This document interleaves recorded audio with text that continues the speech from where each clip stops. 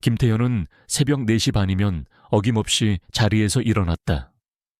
평생을 그래왔다. 강원도 횡성의 깊은 산골. 아직 어둠이 가시지 않은 시간, 묵직한 이불을 걷고 몸을 일으키면 찬 공기가 폐부 깊숙이 파고들어 정신을 맑게 했다. 낡은 작업복을 걸치고 마당으로 나서면 습기를 머금은 흙냄새와 새벽 공기가 뒤섞인 특유의 냄새가 코끝을 스쳤다. 그는 그것이 삶의 냄새라고 생각했다. 그에게는 소들이 있었다. 평생의 동반자이자 삶의 전부인 존재들. 넓은 목장과 한옥으로 지어진 농가는 태연의 자랑이었다. 아버지로부터 물려받은 이 땅은 그에게 단순한 재산이 아니었다. 이곳은 태연의 역사였고 삶의 철학이었다. 그는 최신식 축사 관리 시스템이나 과학적인 사료 배합법 같은 것을 믿지 않았다. 소 한 마리 한 마리의 눈을 들여다보고 숨소리를 듣고 그들의 발걸음을 헤아리는 것이 태연의 방식이었다. 새벽부터 해질녘까지 소들과 함께하며 흙과 땀으로 일궈낸 삶은 그에게 고단함 이상의 의미를 주었다. 그것은 완벽하게 그의 것이었고 어느 누구도 침범할 수 없는 성역이었다. 고된 노동 속에서도 그의 마음은 평화로웠다. 3명의 아들이 모두 도시로 떠나고 혼자가 된 지 10년이 넘었다. 처음 몇 년은 텅 빈 집이 낯설고 외로웠지만 이제는 고독에 익숙해졌다. 아니, 고독은 더 이상 그에게 고통이 아니었다. 오히려 그것은 그가 가진 모든 것을 지키는 방패처럼 느껴졌다. 그의 삶은 단순했고 그래서 완전했다. 그날 아침도 여느 때와 다름없이 시작되었다. 새벽 사료를 주고 축사를 청소하고 소들의 몸 상태를 확인했다. 그때였다. 낡은 작업복 주머니 속에서 휴대폰이 진동했다. 낯선 번호였다. 태연은 잠시 망설이다 전화를 받았다. 아버지, 저 한성이에요. 이한성.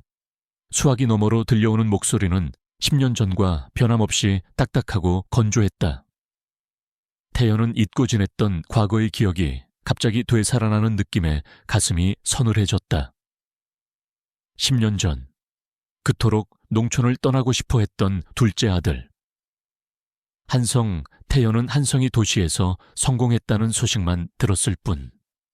그 후로는 명절에도 얼굴을 보지 못했다. 응지 한성가. 태연은 담담하게 대답했다. 하지만 그의 손은 미세하게 떨리고 있었다. 아버지, 저 회사 그만뒀어요. 그리고 농장으로 돌아가려고요. 이제 아버지 농장 제가 물려받겠습니다. 한성의 말에 태연은 할 말을 잃었다. 수화기를 귀에 더 바싹 갖다 댔다. 정말로 그가 듣는 것이 맞는가? 그토록 농사일이라면 질색을 하던 아이였다. 고등학교 졸업하자마자 이런 흙냄새 나는 곳에서 평생 살지 않겠다며 집을 뛰쳐나간 아이였다. 그런 아이가 이제 와서 농장을 물려받겠다니. 태연은 배신감과 함께 묘한 불안감을 느꼈다. 그의 영역이, 그의 삶이 이제 와서 흔들리는 것 같았다. 그래, 언제 내려올 거야? 태연은 겨우 목소리를 쥐어짜냈다. 이번 주말에요. 그리고 아버지, 제가 키우던 개도 같이 가야 하는데 괜찮을까요? 개의 이야기를 듣는 순간 태연의 얼굴은 돌처럼 굳었다. 그는 개를 좋아하지 않았다. 특히나 예민한 소들이 있는 농장에서는 절대 개를 키울 수 없다고 생각했다. 소들이 놀라면 먹이를 제대로 먹지 않고 그들의 건강에도 치명적이었다. 태연의 굳은 침묵에 한성이 조심스럽게 말했다. 아버지, 태연은 망설였다. 하지만 아들이 돌아온다는 기쁨. 그리고 그 기쁨 속에서 싹트는 불안감은 그를 섣부르게 반대하지 못하게 만들었다. 그래, 어쩔 수 없지. 태연은 체념하듯 말했다. 며칠 후, 토요일 오후 해질녘 노을이 온 세상을 붉게 물들일 때였다. 낡고 투박한 태연의 농장 입구에 낯선 트럭 한 대가 멈춰 섰다. 트럭은 짐으로 가득 차 있었고 조수석에는 하얀 무언가가 앉아 있었다. 트럭 문이 열리고 한성이 내렸다. 한성은 깔끔한 청바지에 셔츠 차림이었다. 서울의 냄새가 물씬 풍기는 모습이었다. 그는 활짝 웃으며 태연에게 다가왔다. 아버지, 저 왔습니다. 태연은 그에게서 낯선 냄새를 맡았다. 땀과 흙냄새 대신 도시의 향수와 담배 냄새가 섞인 냄새였다. 한성의 뒤를 따라 트럭에서 내린 것은 한 마리의 커다란 하얀 개였다. 순백색의 털을 가진 위풍당당한 모습의 진돗개. 태연이 생각했던 작은 강아지가 아니었다. 그는 순식간에 경계태세를 취했다. 이놈이 그 개냐? 태연이 굳은 목소리로 물었다. 네, 아버지. 이름은 백호예요. 제가 서울에서 3년 동안 키웠습니다. 혼자 두고 올 수 없어서요. 한성은 백호의 목줄을 잡고 태연에게 다가왔다. 백호는 낯선 환경에 호기심 가득한 눈으로 주위를 탐색했다. 넓은 목장, 끝없이 펼쳐진 풀밭, 그리고 처음 보는 거대한 동물들. 백호는 꼬리를 흔들며 신나게 목장 안으로 들어갔다. 그때였다. 백호의 코에 소들의 냄새가 닿았다. 백호는 곧바로 소들이 있는 축사 쪽으로 향했다. 가까이 다가갈수록 소들의 움직임에 백호는 흥분했다. 그리고 마침내 백호는 우렁찬 목소리로 짖기 시작했다. 멍멍, 멍멍멍. 우렁찬 게 짖는 소리는 고요했던 농장 전체를 뒤흔들었다. 소들은 놀라 비명을 지르며 우사 안을 이리저리 뛰어다녔다. 며칠 전 태어난 어린 송아지들은 공포에 질려 어미소 뒤로 몸을 숨겼다. 이놈아, 너 거기서 뭐 하는 거야? 태연은 버럭 소리를 질렀다.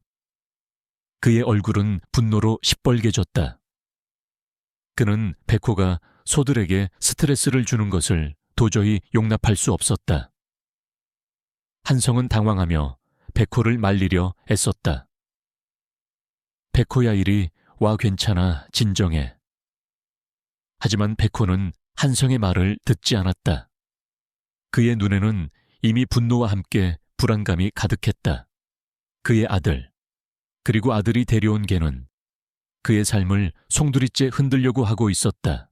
어둠이 내려앉은 농계는 어색한 침묵이 흘렀다. 저녁 식탁 위에는 된장찌개와 몇 가지 나물 반찬이 놓여 있었지만 밥알은 좀처럼 넘어가지 않았다. 낮에 벌어진 소동 이후 김태연과 이한성 사이에는 두꺼운 장벽이 세워진 듯했다. 태연은 묵묵히 숟가락으로 찌개만 휘저었고 한성은 괜히 헛기침을 하며 창밖만 내다보았다.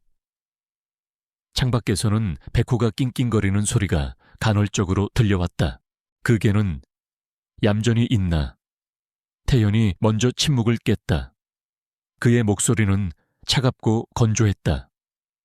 한성은 고개를 푹 숙인 채 대답했다. 네. 지금은 제 방에 있어요. 좀 불안해하는 것 같지만. 태연은 더 이상 묻지 않았다. 그는 밥을 뜨는 척하며 속으로 생각했다. 불안해하는 건 저 개가 아니라 내 소들이야. 평생을 평화롭게 살던 녀석들이 내 놈이 데려온 저 도시 짐승 때문에 얼마나 놀랐을까. 그의 마음속에는 분노와 함께 한성에 대한 실망감이 커져갔다. 식사를 마친 후 부자는 거실에 마주 앉았다. 텔레비전은 꺼져 있었고 방 안의 유일한 빛은 낡은 스탠드 조명이었다. 한성은 더 이상 침묵을 견딜 수 없었다. 그는 품에 안고 온 태블릿 PC를 꺼내 들었다. 아버지, 제가 농장 경영에 대해서 구체적으로 계획을 좀 세워왔습니다. 태연의 얼굴은 즉시 굳어졌다. 그의 눈빛에는 경계심이 가득했다. 계획, 그런 거창한 거 필요 없어. 농사는 그냥 몸으로 하는 거야. 한성은 아버지의 반응에 개의치 않고 말을 이어갔다. 아니요, 이제 시대가 변했잖아요. 아버지 방식도 훌륭하지만 효율성을 높여야 합니다. 온라인 직판 시스템을 구축하고 스마트 축사 관리 프로그램을 도입해서 소들의 건강 상태를 데이터로 관리하는 겁니다. 그러면 생산비도 줄일 수 있고 더 많은 수익을 낼 수 있어요. 한성의 목소리에는 자신감이 넘쳤다. 그는 이것이 아버지와 농장을 위한 최선이라고 진심으로 믿었다. 그는 서울의 대기업에서 성공을 거둔 경험을 바탕으로 이 오래된 농장도 현대적인 기업처럼 운영할 수 있다고 확신했다. 하지만 태연에게 그의 말은 외계어처럼 들렸다. 온라인 데이터, 그런 게 다 무슨 소용이냐. 나는 내 소들을 눈으로 보고 귀로 듣고 손으로 만져서 키운다. 너는 소들을 기계로 보나 소 한 마리 한 마리가 다 성격이 다르고 아픈 곳도 다른데 그걸 숫자로 어떻게 아느냐. 태연의 목소리가 점점 커졌다. 그의 눈빛은 아들을 꿰뚫어 보는 듯 날카로웠다. 네가 농사를 알아. 도시에서 책상에 앉아 컴퓨터나 두들기던 애가 농장일이 그렇게 만만한 줄 아느냐. 한성의 얼굴에서 웃음기가 사라졌다. 그는 아버지의 고집스러운 태도에 좌절감을 느꼈다. 아버지는 왜 늘 그런 식으로만 말씀하세요. 저는 단지 아버지를 돕고 싶을 뿐이에요. 더 좋은 방법이 있으면 받아들이실 수도 있잖아요. 한성의 목소리에도 감정이 섞이기 시작했다. 이게 제가 아버지한테 배우는 것과 동시에 제가 가진 지식으로 농장을 더 발전시키려는 겁니다.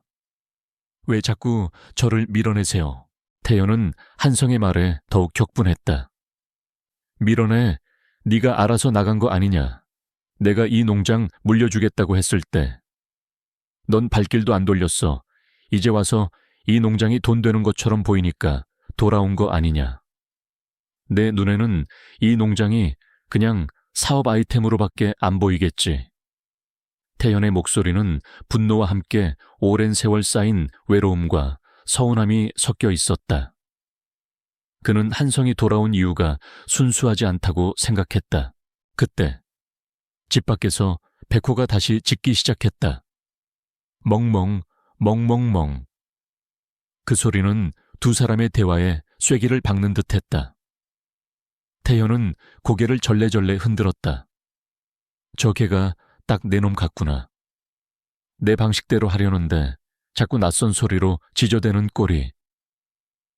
태연의 비유는 한성의 심장을 찔렀다. 아버지 백호는 그냥 낯선 환경에 적응을 못해서 그런 것뿐이에요. 곧 괜찮아질 겁니다.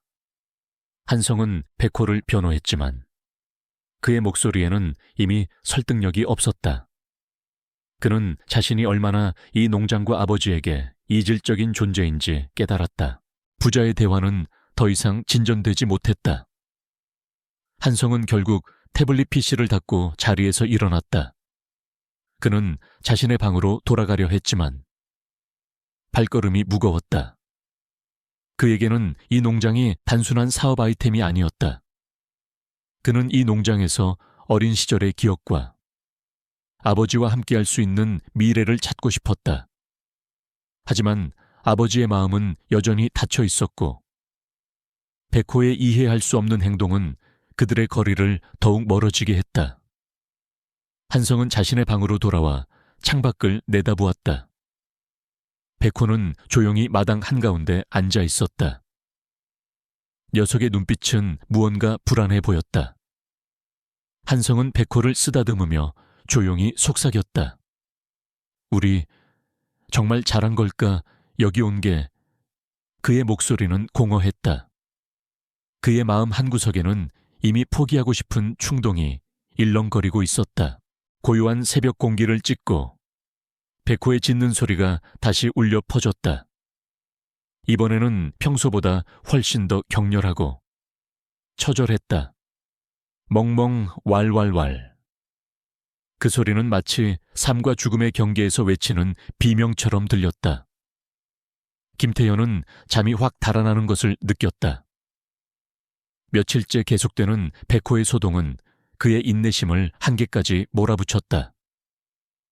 그는 낡은 침대에서 벌떡 일어나 창밖을 내다보았다. 백호는 새로 태어난 암송아지가 있는 축사 앞에서 미친 듯이 짖고 있었다. 태연은 더 이상 참을 수 없었다. 저놈이 정말 내 소들을 다 죽일 셈인가. 그는 분노에 가득 차 방문을 박차고 나섰다. 한성도 백호의 절박한 소리에 잠에서 깨어 허둥지둥 마당으로 뛰어나왔다. 아버지, 무슨 일이에요, 백호야? 왜 그래?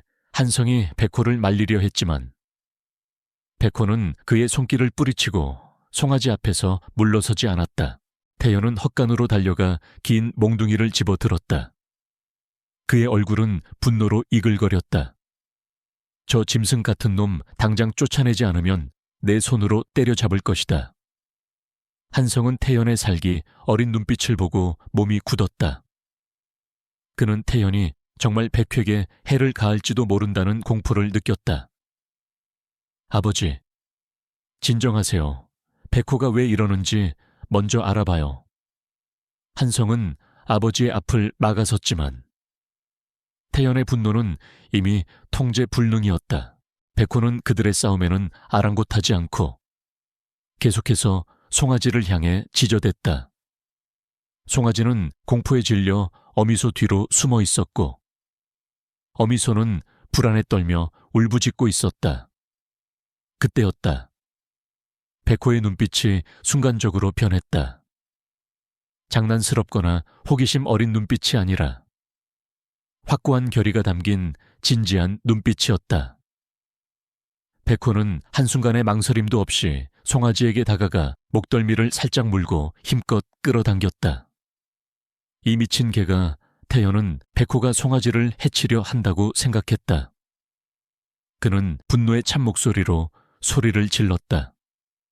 이놈아, 당장 그만둬. 하지만 백호는 태연의 호통에도 멈추지 않았다. 송아지는 놀라 비명을 지르며 백회에게 끌려 나왔다. 어미소도 불안해하며 그들을 따라왔다. 태연은 몽둥이를 들어 백호를 내리치려던 순간 백호가 송아지를 끌고 나온 바로 그 자리에서 바닥에 깔린 집더미 사이에서 검고 붉은 줄무늬가 있는 무언가가 꿈틀거렸다. 저게 뭐지? 태연은 무심코 중얼거렸다. 그의 눈이 휘둥그레졌다. 집더미 사이에서 고개를 든 것은 다름 아닌 독사였다. 검고 매끄러운 비늘을 가진 독사는 혀를 날름거리며 송아지가 있던 자리를 응시하고 있었다. 태연은 온몸의 피가 식는 것을 느꼈다. 그 순간 모든 소리가 사라졌다. 백호의 짖는 소리도, 송아지의 울음소리도, 태연과 한성의 고함소리도 들리지 않았다. 오직 독사의 날카로운 눈빛과 소름 끼치는 움직임만이 태연의 눈에 들어왔다. 태연은 자신이 방금까지 무엇을 하려 했는지 깨달았다. 그는 백호를 오해했다. 백호는 소를 괴롭힌 것이 아니라 소를 구하려고 했던 것이다. 백호의 미친 듯한 짖음은 단순한 호기심이 아니라 절박한 경고였던 것이다. 한성도 놀란 표정으로 그 자리에 굳어 서 있었다. 그는 백호가 가진 능력이 단순히 반려견의 순진한 본능이 아니라는 것을 깨달았다. 백호의 행동에는 어떤 확신과 사명감이 담겨 있었다. 그들의 눈앞에서 독사는 사람의 기척을 느끼고는 잽싸게 몸을 숨겼다. 위험이 사라지자 백호는 송아지에게서 입을 떼고 조용히 그 자리에 앉았다. 백호는 다시 짖지 않았다. 그저 태연과 한성을 번갈아 바라보며 꼬리를 살짝 흔들었다. 마치 이제야 알아줘서 다행이라는 듯이 태연은 들고 있던 몽둥이를 바닥에 툭 떨어뜨렸다. 묵직한 소리가 고요한 새벽 공기를 갈랐다. 그는 며칠 동안 백호를 오해하고 미워하고 심지어 때리려 했던 자신의 행동이 떠올라 극심한 죄책감에 시달렸다. 그의 얼굴은 분노 대신 미안함과 후회로 가득 찼다. 한성은 천천히 백회에게 다가가 조심스럽게 머리를 쓰다듬었다. 총명아, 네가 우리를 구했구나. 한성의 목소리가 떨렸다. 태연은 멀리서 그 모습을 지켜보며 눈물을 글썽였다. 40년 동안 쌓아온 그의 농부 인생에서 그는 단 한 번도 이런 종류의 충격과 깨달음을 얻어본 적이 없었다. 백호의 작은 짖음은 그들의 삶에 드리워진 오랜 오해와 편견의 장막을 걷어내고 있었다. 독사의 그림자가 사라진 후 새벽 공기에는 팽팽했던 긴장 대신 무거운 침묵이 감돌았다. 김태현은 몽둥이를 든 채 그 자리에 굳어 서 있었다. 그의 발치에는 방금까지 그토록 혐오했던 백호가 조용히 앉아 있었다. 백호는 태연을 힐끔 올려다보고는 다시 송아지를 향해 고개를 돌렸다. 송아지는 이제 어미소 곁에 바짝 붙어 있었고 백호의 보호 아래 평화로운 숨소리를 내쉬고 있었다. 태연은 그 평화로운 모습에 더 큰 죄책감을 느꼈다. 그의 머릿속은 혼란스러웠다. 며칠간 쌓아 올렸던 백호에 대한 모든 편견과 분노가 한순간에 무너져 내렸다. 그는 자신이 얼마나 어리석고 좁은 시야를 가졌는지 깨달았다. 백호의 짖음은 소들의 안전을 지키기 위한 경고였고 자신은 그 순수한 의도를 철저히 오해하고 있었다.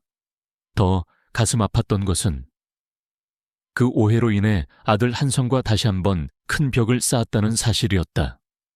그는 평생을 흙과 땀으로 일궈온 농부로서 동물들의 마음을 읽는 것에 누구보다 자신이 있었다. 하지만 정작 자신의 아들이 데려온 개의 마음은 읽지 못했고 오히려 그 개를 해치려 했다. 그 수치심은 칼날처럼 그의 심장을 찔렀다. 한성은 백호 곁에 무릎을 꿇고 앉아 있었다. 그는 백호의 목덜미를 쓰다듬으며 조용히 말했다. 백호야, 네가 우리 모두를 구했구나. 그의 목소리는 며칠간 억눌렸던 감정 때문인지 잔뜩 쉬어 있었다. 한성은 백호를 바라보며 복잡한 감정에 휩싸였다. 자신은 아버지에게 인정받기 위해 발버둥 쳤지만 정작 인정받은 것은 백호였다. 백호는 말 한마디 없이 그저 행동으로 모든 것을 증명했다. 한성은 어린 시절의 자신을 떠올렸다. 어린 시절의 자신도 그렇게 아버지에게 인정받기 위해 애썼지만 결국 실패하고 상처만 남긴 채 집을 떠나야 했다. 한성은 태연이 자신을 받아들이지 못했던 이유를 어렴풋이 알고 있었다. 그는 다른 아들들과 달랐다. 태연의 핏줄이 아니었기 때문이다. 한성은 5살 무렵 태연이 운영하던 고아원에서 버려져 태연의 집에 입양되었다. 태연은 한성에게 정성껏 키웠지만 핏줄이 아니라는 사실은 한성에게 늘 마음속 깊은 곳에 응어리로 남아 있었다. 다른 형제들과 달리 한성은 언제나 불안했고 아버지에게 사랑받고 싶었지만 그 방법을 몰랐다. 그는 결국 집을 떠났고 도시에서 성공하여 아버지에게 나도 할 수 있다는 것을 증명하고 싶었다.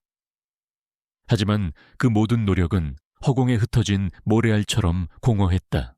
태연은 무거운 발걸음을 옮겨 헛간으로 돌아갔다.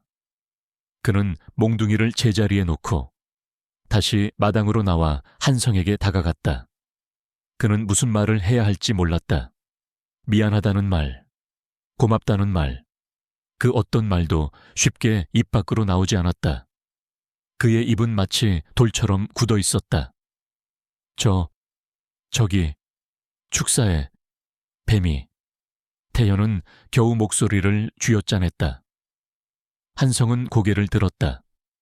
그의 눈에는 여전히 서운함과 경계심이 서려 있었다. 괜찮아요, 아버지. 한성이 먼저 말했다. 제가 알아서 할게요. 그는 태연의 도움을 거절하는 듯했다. 태연은 그 말에 가슴이 콕콕 쑤시는 것을 느꼈다. 과거의 상처가 여전히 아들 마음속에 깊이 박혀 있다는 것을 알 수 있었다. 태연은 더 이상 아무 말도 하지 않고 축사로 돌아가 뱀이 사라진 흔적을 찾아보았다. 다행히 뱀은 완전히 사라진 듯했다. 그는 집더미를 다시 정리하고 소들을 안심시키려 조용히 쓰다듬어 주었다. 소들은 태연의 손길에 조금씩 안정을 되찾는 듯했다. 그날 아침 식사 시간. 식탁에는 다시 정적이 흘렀다. 하지만 어제의 차가운 침묵과는 조금 달랐다. 그들의 침묵에는 어색함과 함께 며칠간 쌓였던 분노와 오해가 사라진 후에 공허함이 자리 잡고 있었다. 태연은 밥을 먹다 말고 숟가락을 내려놓았다. 그는 한성에게 말했다. 미안하다. 그의 목소리는 작고 떨렸다. 한성은 젓가락을 든 채 고개를 들었다. 아버지에게서 이런 말을 들은 것은 평생 처음이었다. 네가 데려온 개를 오해했어. 네 마음도 내가 몰라줬다.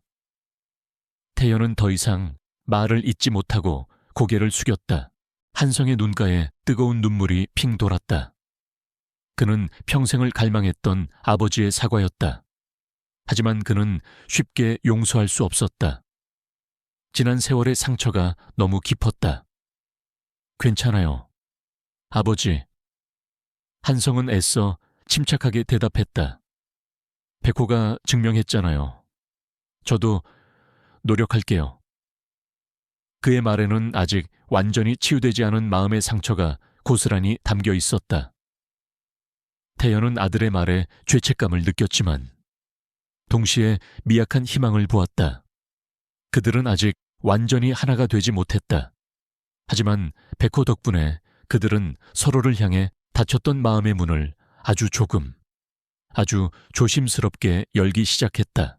새벽 안개가 자욱한 농장 위로 햇살이 스며들었다. 어제와는 확연히 다른 고요함이 감돌았다. 더 이상 백호의 격렬한 짖음이나 김태연과 이한성의 고성이 들리지 않았다. 그들의 관계는 아직 완전히 회복되지 않았지만 독사가 가져다준 충격적인 진실은 두 사람 사이에 흐르던 차가운 강물을 잠시 멈추게 했다. 이제 백호는 좁은 방에 갇혀 있지 않았다. 그것은 마치 자신의 사명을 깨달은 듯이 농장 곳곳을 조용히 순찰하기 시작했다. 태연은 조심스럽게 마당으로 나와 백호의 모습을 지켜보았다. 백호는 축사를 한 바퀴 돌고 목장 경계를 따라 걸으며 냄새를 맡았다. 그의 눈에는 더 이상 백호가 도시에서 온 성가신 짐승으로 보이지 않았다. 이제 백호는 농장을 지키는 든든한 파수꾼처럼 보였다. 그동안 태연은 자신의 눈과 경험에만 의존해왔지만 이제 그는 자신보다 훨씬 뛰어난 감각을 가진 존재가 이 농장을 지켜주고 있음을 깨달았다. 백호의 눈빛은 진지했고 발걸음은 확신에 차 있었다. 며칠 후 백호의 능력이 다시 한번 증명되었다. 태연이 소들에게 먹이를 주고 있을 때 백호가 한 마리의 소 앞에서 조용히 낑낑거렸다. 평소처럼 짖지는 않았지만 그 소리에는 분명한 경고가 담겨 있었다. 태연은 백호의 행동에 의아해하며 그 소에게 다가갔다. 자세히 살펴보니 그 소는 다른 소들과 달리 기운이 없어 보였고 발가락 사이에 날카로운 가시가 깊이 박혀 있었다. 태연은 백호가 없었더라면 소가 발을 절뚝거리기 시작할 때까지 이 사실을 알지 못했을 것이라 생각했다. 고맙다. 백호야. 태연은 조심스럽게 가시를 빼주었고 소는 안도한 듯 낮은 울음소리를 냈다. 한성은 백호의 행동을 주의 깊게 관찰했다. 그는 백호가 단순히 우연히 위험을 발견하는 것이 아니라 어떤 패턴을 가지고 행동한다는 것을 깨달았다. 그는 서울에서 얻은 경험을 바탕으로 백호의 행동을 체계적으로 분석하기 시작했다. 그는 백호에게 간단한 명령을 가르치고 위험 신호에 대한 보상 훈련을 시작했다. 한성은 백호에게 경계라는 단어를 가르쳐 주었고 백호가 이상 징후를 보일 때마다 그 단어를 반복했다. 백호는 놀라운 속도로 그 훈련을 익혔다. 이 과정은 한성에게도 큰 변화를 가져왔다. 그는 백호의 훈련을 통해 아버지의 방식이 단순히 고집이 아니라는 것을 조금씩 이해하기 시작했다. 동물과의 교감은 데이터나 수치로만 이루어지는 것이 아니었다. 그것은 인내와 신뢰, 그리고 마음을 다하는 노력으로 만들어지는 것이었다. 한성은 그동안 아버지와 소통하지 못했던 이유를 어렴풋이 깨달았다. 그는 아버지의 마음을 숫자로만 이해하려 했던 것이다. 이제 그는 백호와의 교감을 통해 닫혔던 마음의 문을 조금씩 열고 있었다. 김태현은 아들의 변화를 조용히 지켜보았다. 한성이 백호를 훈련시키고 백호가 그의 말에 순종하는 모습을 보며 태현은 한성이 이 농장에 진심으로 적응하려 노력하고 있다는 것을 느꼈다. 과거에는 한성의 현대적인 경영 방식을 무시하고 비난했지만 이제는 한성의 노력과 진심을 인정하게 되었다. 태연은 아들의 어깨에 손을 올리며 말했다. 네가 백회계 좋은 주인이구나. 태연의 칭찬에 한성은 놀란 듯 고개를 들었다. 아버지에게서 이런 종류의 칭찬을 들은 것은 거의 처음이었기 때문이다. 그날 밤 한성은 태연에게 조심스럽게 말했다. 아버지, 제가 아버지 농장 방식도 같이 배우겠습니다. 그리고 제 방식과 아버지 방식이 어떻게 조화를 이룰 수 있을지 함께 고민해 보고 싶어요. 태연은 아들의 진심에 감동했다. 그는 한성의 손을 잡고 조용히 고개를 끄덕였다. 그래, 같이 해보자. 그들의 관계는 아직 완벽하지 않았지만 백호가 만들어준 작은 균열을 통해 그들은 서로에게 한 발짝 더 다가섰다. 백호는 그들의 대화를 듣고 있었는지 꼬리를 살짝 흔들며 두 사람을 번갈아 보았다. 그것은 단순한 동물이 아니라 그들의 관계를 이어주는 소중한 다리이자 이 농장의 진정한 수호신이 되어가고 있었다. 농장에 평화가 찾아왔다. 더 이상 차가운 침묵이나 날카로운 말다툼은 없었다. 김태현은 아침 일찍 일어나 소들을 돌보고 이한성은 인터넷으로 주문한 새로운 사료 배합 시스템을 설치했다. 그들의 방식은 여전히 달랐지만 이제는 서로의 의견을 존중하고 조율하는 방법을 터득했다. 한성은 아버지의 오랜 경험과 동물에 대한 깊은 이해를 배우고 태연은 아들의 현대적인 기술과 효율적인 접근 방식을 받아들였다. 그들의 관계는 백호라는 다리를 통해 조금씩, 그러나 확실하게 회복되고 있었다. 백호는 이제 농장에 없어서는 안 될 존재가 되었다. 그것은 더 이상 소들에게 짖지 않았다. 대신 매일 아침과 저녁으로 농장 전체를 순찰하며 혹시 모를 위험이나 이상 징후를 감지했다. 백호의 예리한 감각은 뱀이나 야생동물을 미리 알려주었고 심지어 소들이 미세하게 아픈 증상까지도 주인들에게 경고해 주었다. 백호의 존재 덕분에 농장의 안전은 최고조에 달했고 소들은 그 하얀 보호자를 신뢰하는 듯했다. 하지만 평화로운 나날이 계속될수록 또 다른 위협이 소리 없이 다가오고 있었다. 바로 김태현의 건강 문제였다. 태현은 요즘 들어 자주 어지럼증을 느꼈다. 밭일을 하다가도 소 여물을 주다가도 갑자기 머리가 핑 돌고 앞이 흐릿해지는 증상이 나타났다. 그는 처음에는 그저 나이가 들어서 그런 것이라 생각하고 대수롭지 않게 넘겼다. 이런. 늙어서 그런가. 그는 혼자 중얼거리며 애써 자신을 다독였다. 사실 태연은 1년 전 건강검진에서 고혈압 진단을 받았다. 의사는 꾸준히 혈압약을 복용해야 한다고 신신당부했지만 태연은 약을 자주 잊어버리거나 아예 복용하지 않았다. 평생을 건강하게 살아온 그에게 약을 먹는다는 것은 자신의 나약함을 인정하는 것과 같았다. 그는 아직 이 농장을 완벽하게 책임질 수 있다고 믿고 있었다. 아들 한성에게 모든 것을 물려주기에는 아직은 너무 이르다고 생각했다. 그가 쓰러지면 그의 모든 것이 무너질 것 같았다. 그 두려움은 그의 자존심을 갉아먹고 있었다. 한성은 아버지의 변화를 전혀 눈치채지 못했다.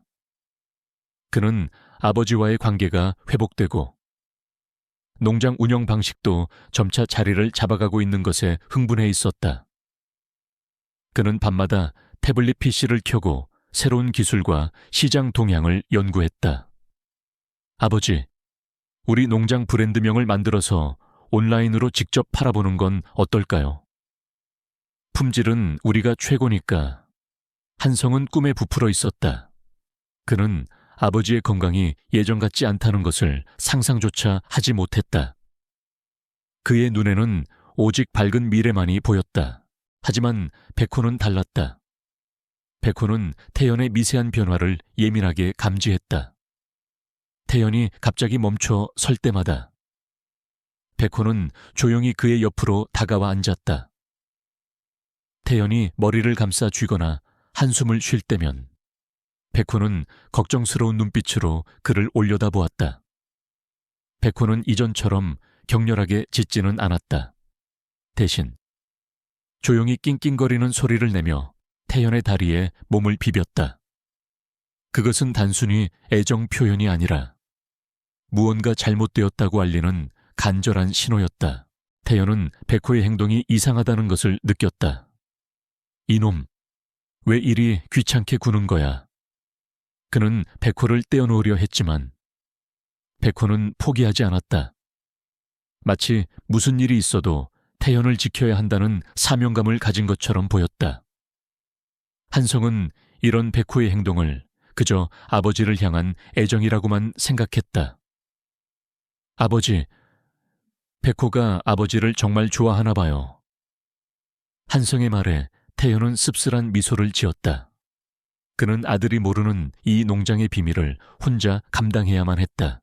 밤이 깊어지고 한성이 잠든 후에도 백호는 태연의 방문 앞에서 꼼짝 않고 앉아 있었다.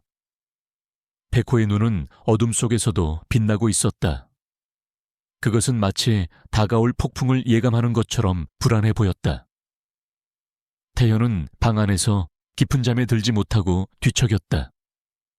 머리가 깨질 듯이 아파왔다. 그는 약을 먹어야겠다고 생각했지만 이미 약을 놓아둔 곳은 너무 멀리 있었다. 그는 이 모든 것이 자신의 나약함 때문이라 자책하며 이 고통이 곧 지나갈 것이라 스스로를 설득했다. 하지만 그의 몸은 이미 한계에 다다르고 있었고 백호의 간절한 낑낑거림은 그 사실을 말없이 증명하고 있었다. 그날 오후 농장에는 김태연 혼자였다. 이한성은 새로운 사료 공급 업체를 만나기 위해 읍내로 나간 상태였다. 태연은 축사에서 소들에게 건초를 주다 말고 갑자기 머리가 깨질 듯한 통증을 느꼈다. 눈앞이 희미해지며 세상이 빙글빙글 돌기 시작했다. 이런 또 시작이군. 그는 한숨을 내쉬며 축사벽에 기댔다. 며칠 전부터 시작된 어지럼증과 두통은 이제 더 이상 무시할 수 없는 수준이었다. 그는 겨우 몸을 일으켜 집으로 향했다. 약을 먹어야 해. 오늘은 꼭. 태연은 비틀거리는 발걸음으로 현관문을 열고 들어섰다. 신발을 벗으려 몸을 숙이는 순간 그의 머릿속에서 폭발이라도 일어난 듯 쨍한 소리가 울렸다. 그의 시야는 완전히 사라졌고 몸의 모든 근육에서 힘이 빠져나갔다. 그는 그대로 현관 바닥에 쓰러졌다. 그의 마지막 의식은 한성아 하는 작은 신음과 함께 사라졌다. 태연의 몸은 축 늘어졌고 거친 숨소리만이 고요한 집안에 울려 퍼졌다. 밖에서 놀고 있던 백호는 즉시 이 이상 징후를 감지했다.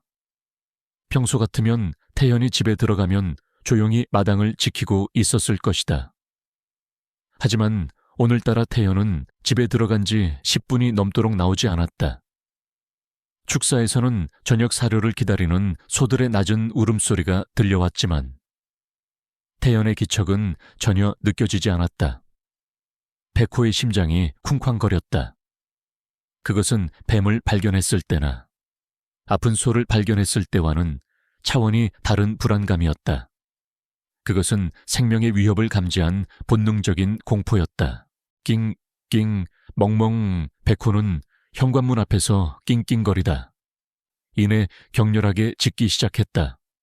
하지만 아무리 짖어도 집 안에서는 아무 대답도 들려오지 않았다. 백호는 더욱 다급해졌다. 그동안의 짖음은 경고였지만 지금의 짖음은 순수한 절규였다. 마치 살려주세요 라고 외치는 것 같았다. 백호는 집 주위를 빙빙 돌며 창문을 긁고 문을 두드렸다. 그러나 그의 간절한 외침은 공허한 메아리처럼 산골짜기에 흩어질 뿐이었다. 그때 멀리서 트럭 엔진 소리가 들려왔다. 농장으로 오는 길은 외길이었다. 백호의 눈이 반짝였다. 살아야 한다는 본능이 머릿속을 가득 채웠다. 백호는 망설임 없이 트럭을 향해 달려갔다. 트럭은 횡성 특산물인 한우 택배를 배달하는 작은 트럭이었다. 운전석에 앉은 기사는 30살쯤 되어 보이는 젊은 남자였다. 그는 며칠 전에도 이 농장에 택배를 배달하러 왔었다. 그날은 조용했던 하얀 개가 오늘은 미친 듯이 달려들어 자신의 앞길을 막자 기사는 당황했다. 여의, 비켜 왜 이래? 너 할아버지 어디 계셔? 택배 기사는 백호를 향해 소리쳤다. 하지만 백호는 비키지 않았다. 오히려 더욱 격렬하게 짖으며 트럭 주위를 뛰어다녔다. 백호의 눈빛은 무언가를 간절하게 호소하고 있었다. 그것은 단순히 장난이나 호기심이 아니었다. 백호는 계속해서 집 쪽을 향해 고개를 돌리며 짖었다.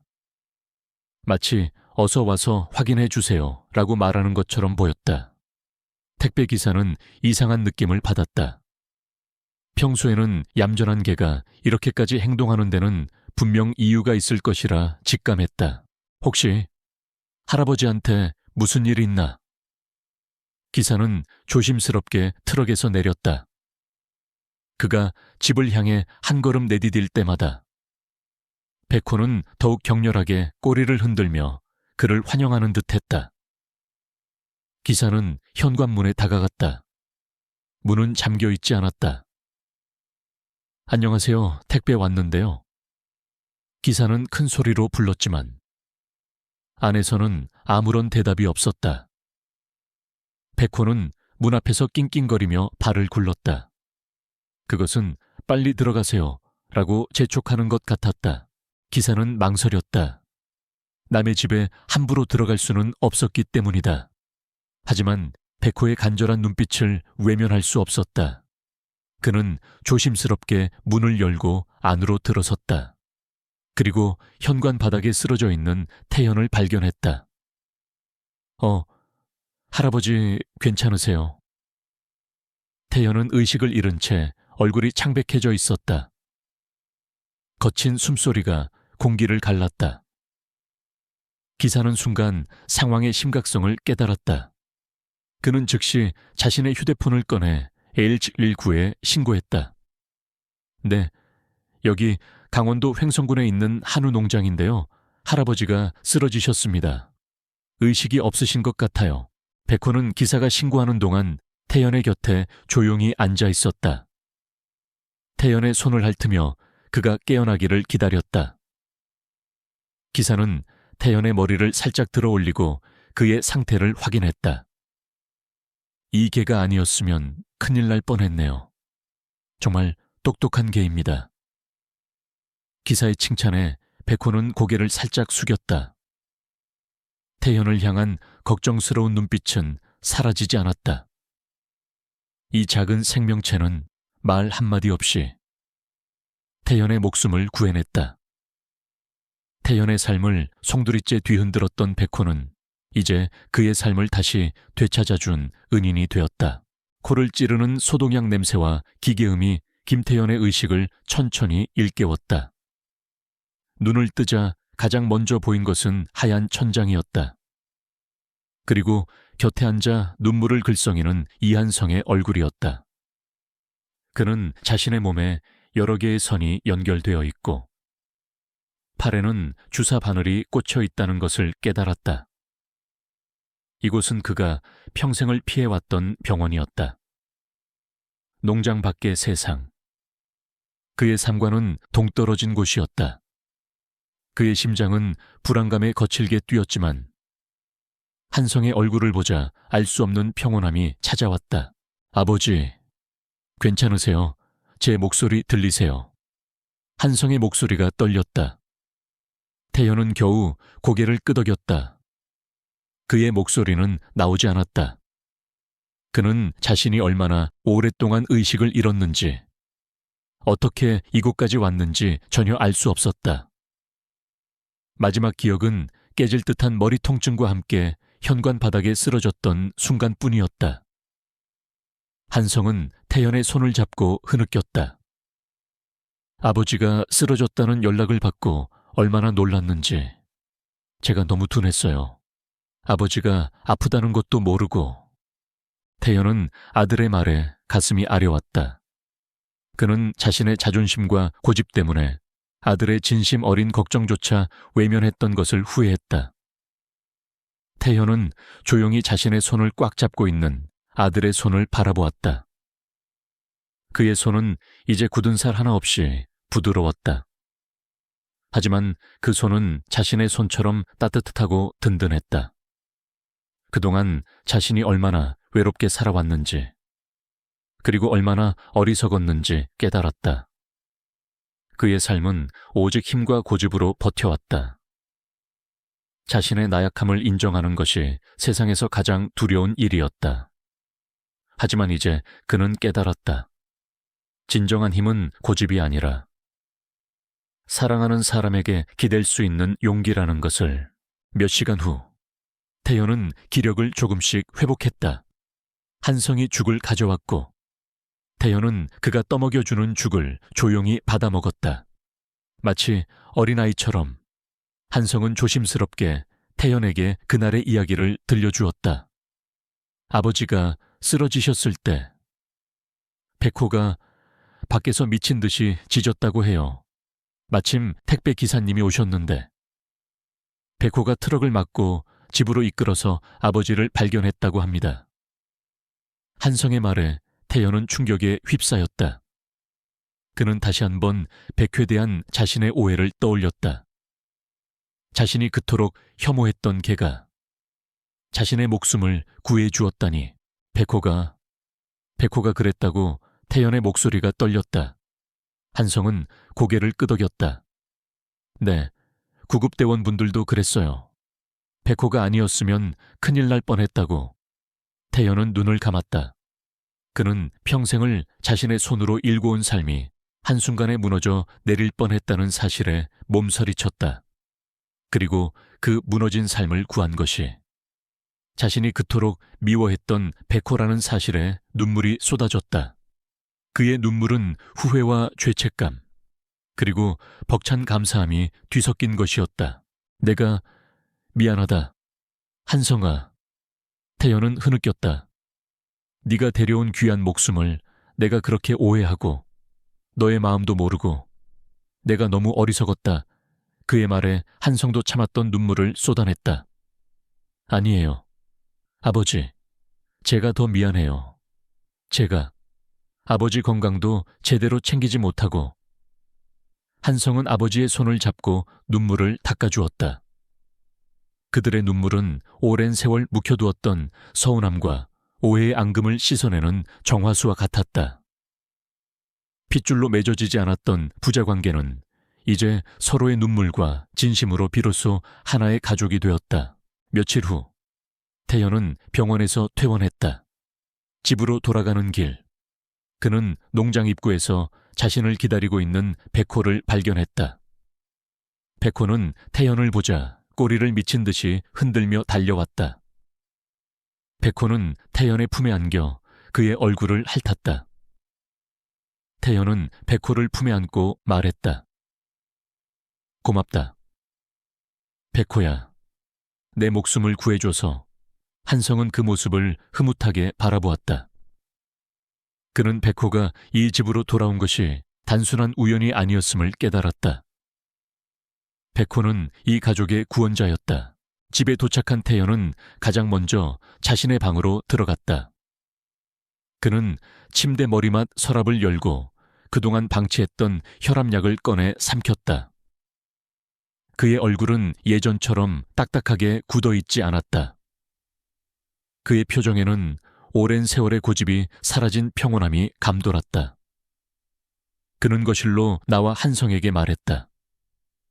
한성아, 네가 말했던 스마트 농장, 그 계획 다시 한번 자세히 설명해 줄 수 있겠느냐. 한성은 믿기지 않는 듯 태연을 바라보았다. 태연의 눈빛은 진심으로 가득 차 있었다. 그들은 이제 완전히 새로운 시작점에 서 있었다. 병원을 나서는 김태연의 발걸음은 더 이상 불안하지 않았다. 집으로 돌아가는 길은 마치 새로운 삶을 향해 가는 여정처럼 느껴졌다. 태연은 한성의 채 타 백호의 머리를 쓰다듬었다. 네가 정말 내 생명의 은인이구나. 태연의 목소리에는 진심 어린 감사가 담겨 있었다. 한성은 그런 아버지의 모습을 보며 마음속 깊이 숨겨두었던 안도감을 느꼈다. 이제서야 그들의 관계가 비로소 시작된 것 같았다. 농장에 도착하자마자 태연은 달라진 모습을 보였다. 그는 가장 먼저 한성에게 말했다. 네가 말했던 스마트 축사관리 프로그램 있지? 그거 어떻게 하는 건지. 나한테 처음부터 다시 좀 알려주겠느냐. 한성은 놀라움과 기쁨이 뒤섞인 표정으로 고개를 끄덕였다. 그날 저녁부터 그들의 대화는 완전히 바뀌었다.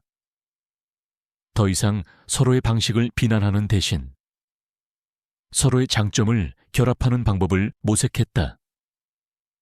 태연은 한성에게 소의 습성과 건강 상태를 눈으로 보고 판단하는 법을 알려주었고, 한성은 태블릿 PC를 통해 소들의 데이터를 기록하고 분석하는 방법을 가르쳤다. 두 사람의 협업은 놀라운 시너지를 냈다. 태연의 경험과 한성의 데이터가 결합되자 소들의 건강은 더욱 좋아졌고 사료 효율도 눈에 띄게 증가했다. 한성은 온라인 판매 채널을 구축하기 시작했다. 그는 아버지의 철학을 담은 김태연 한우라는 브랜드를 만들었고, 백호의 이야기를 함께 담아 소비자들에게 진정성 있는 메시지를 전달했다. 백호는 더 이상 문제견이 아니었다. 그것은 이제 이 농장의 상징이자 그들의 화해와 새로운 시작을 알리는 마스코트가 되었다. 어느 날 저녁, 일과를 마친 두 사람은 차를 마시며 마당에 앉아 있었다. 백호는 그들의 발치에 조용히 웅크리고 잠들어 있었다. 한성아, 태연이 먼저 입을 열었다. 사실 네가 돌아온다고 했을 때 나는 기쁘기도 했지만 두려웠다. 한성은 의아한 표정으로 아버지를 바라보았다. 왜요? 아버지. 태연은 먼 산을 바라보며 깊은 한숨을 내쉬었다. 나는 평생을 이 농장에서 내 방식대로만 살아왔다. 네가 돌아와서 그 모든 것을 바꾸려 할까봐. 그래서 무서웠던 것 같다. 내 삶이 송두리째 흔들릴까봐. 태연의 목소리에는 솔직한 두려움이 담겨 있었다. 한성은 아버지의 마음을 이제야 완벽하게 이해할 수 있었다. 그는 고개를 끄덕이며 자신의 이야기를 시작했다. 저도 마찬가지였어요.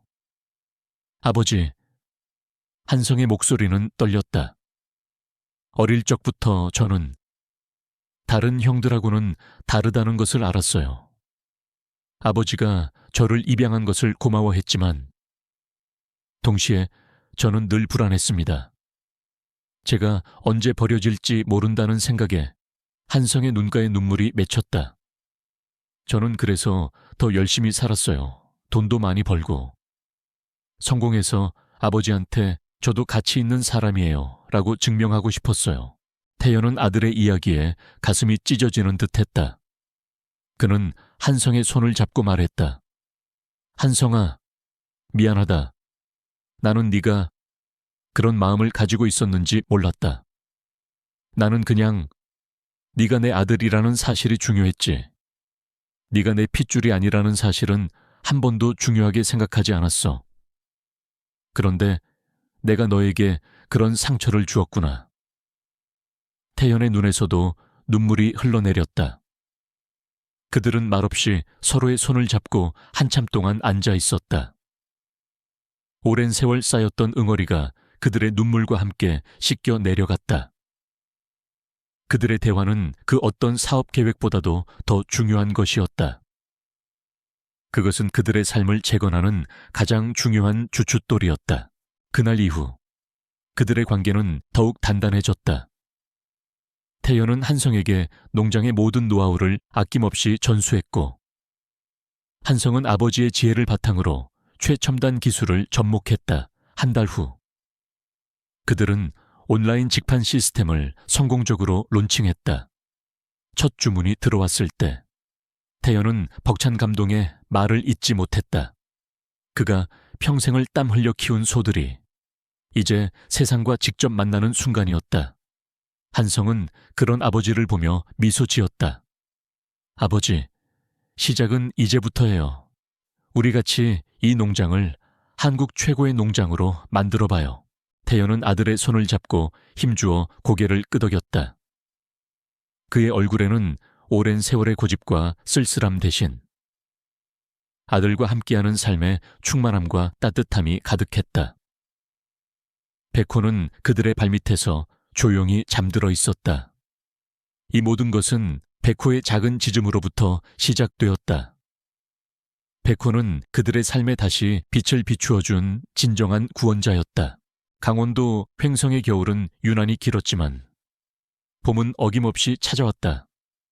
김태연의 농장에는 새로운 활기가 넘쳐났다. 낡고 오래된 축사 옆에는 최신식 태양열 전지판이 반짝이고 축사 안에서는 소들의 상태를 실시간으로 모니터링하는 스마트 센서들이 조용히 작동하고 있었다. 전통적인 방식과 현대적인 기술이 조화를 이루며 이 농장은 이제 한국 최고의 한우 농장 중 하나로 손꼽히게 되었다. 김태연 한우라는 브랜드는 그들의 진솔한 이야기와 뛰어난 품질 덕분에 입소문을 타며 폭발적인 성장을 이루었다. 새로운 계절이 시작되자 이 농장의 평화로운 일상 속에서 가장 반가운 소식이 찾아왔다. 바로 백호가 새끼를 낳은 것이다. 태연과 한성은 백호의 방에 조심스럽게 들어섰다. 따뜻한 집더미 위에는 하얀 털뭉치들이 꼬물거리고 있었다. 백호는 자랑스러운 눈빛으로 아들들을 바라보았다.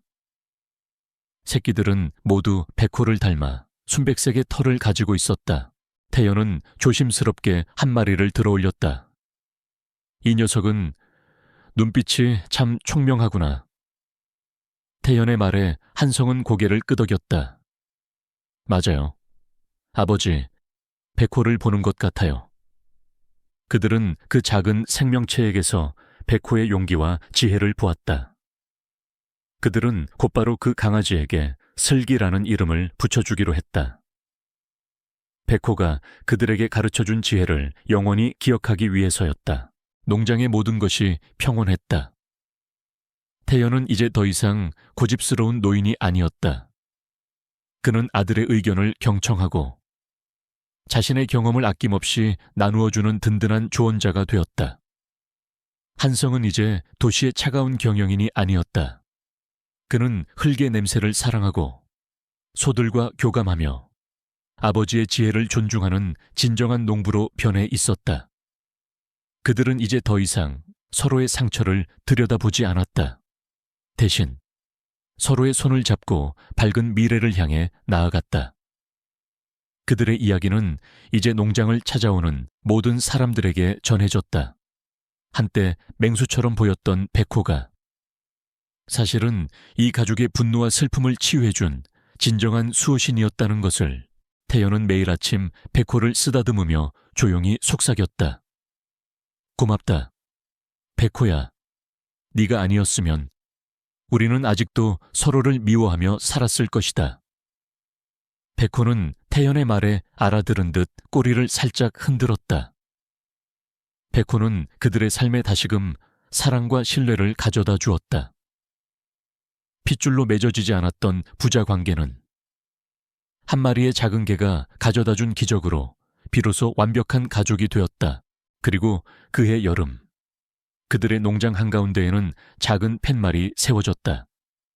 거기에는 이렇게 적혀 있었다. 이 농장은 김태연과 이한성, 그리고 그들의 수호신 백호가 함께 만들어갑니다. 태연과 한성은 팻말을 바라보며 미소를 지었다. 그들의 삶은 완벽하게 완성되었다.